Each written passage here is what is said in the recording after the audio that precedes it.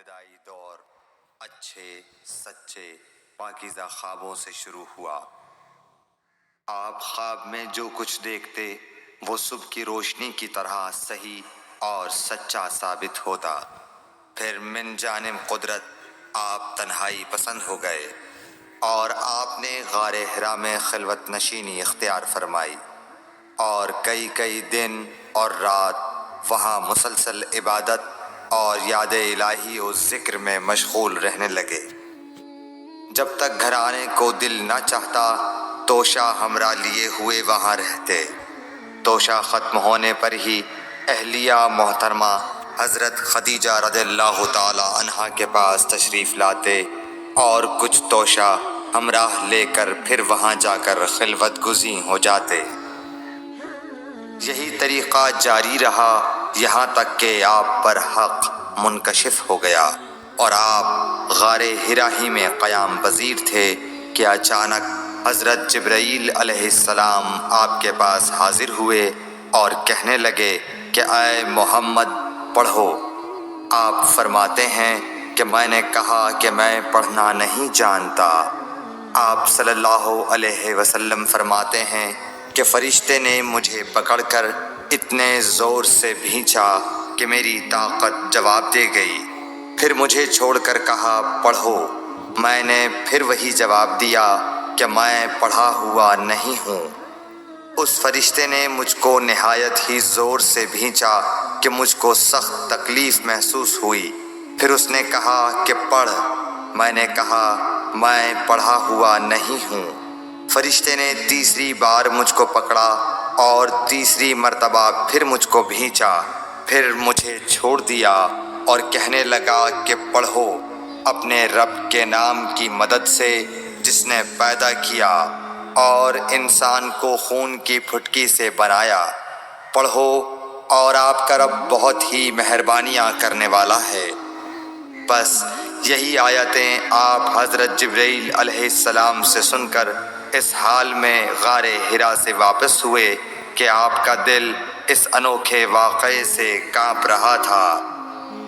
آپ حضرت خدیجہ کے ہاں تشریف لائے اور فرمایا کہ مجھے کمبل اوڑھا دو، مجھے کمبل اوڑھا دو۔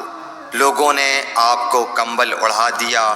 جب آپ کا ڈر جاتا رہا تو آپ نے اپنی زوجہ محترمہ حضرت خدیجہ رضی اللہ تعالی عنہا کو تفصیل کے ساتھ یہ واقعہ سنایا اور فرمانے لگے کہ مجھ کو اب اپنی جان کا خوف ہو گیا ہے۔ آپ کی اہلیہ محترمہ حضرت خدیجہ رضی اللہ تعالی عنہا نے آپ کی ڈھارس بندھائی اور کہا کہ آپ کا خیال صحیح نہیں ہے۔ اللہ کی قسم آپ کو اللہ کبھی رسوا نہیں کرے گا۔ آپ تو اخلاق فاضلہ کے مالک ہیں۔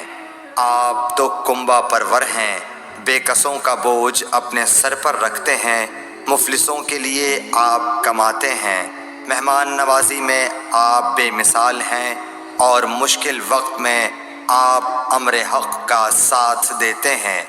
ایسے اوصاف حسنہ والا انسان یوں بے وقت ذلت و خواری کی موت نہیں پا سکتا۔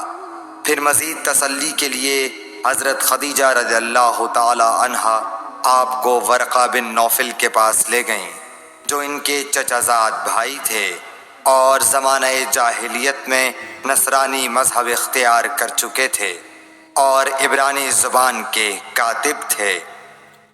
چنانچہ انجیل کو بھی حسب منشائے خداوندی عبرانی زبان میں لکھا کرتے تھے۔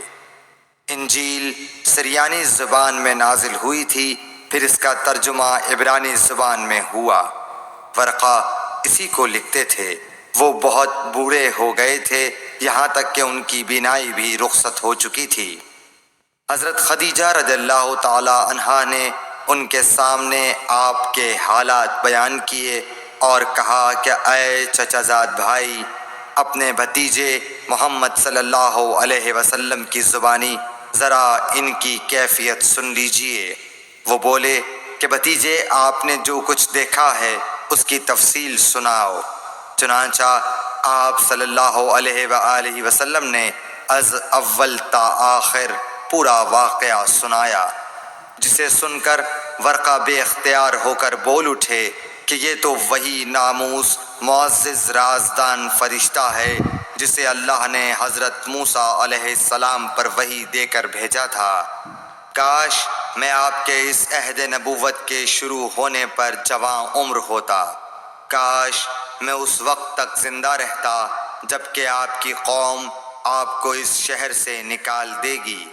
رسول کریم صلی اللہ علیہ وآلہ وسلم نے یہ سن کر تعجب سے پوچھا کہ کیا وہ لوگ مجھ کو نکال دیں گے، حالانکہ میں تو ان میں صادق و امین و مقبول ہوں۔ ورقہ بولا، ہاں یہ سب کچھ سچ ہے، مگر جو شخص بھی آپ کی طرح امر حق لے کر آیا لوگ اس کے دشمن ہی ہو گئے ہیں۔ اگر مجھے آپ کی نبوت کا وہ زمانہ مل جائے تو میں آپ کی پوری مدد کروں۔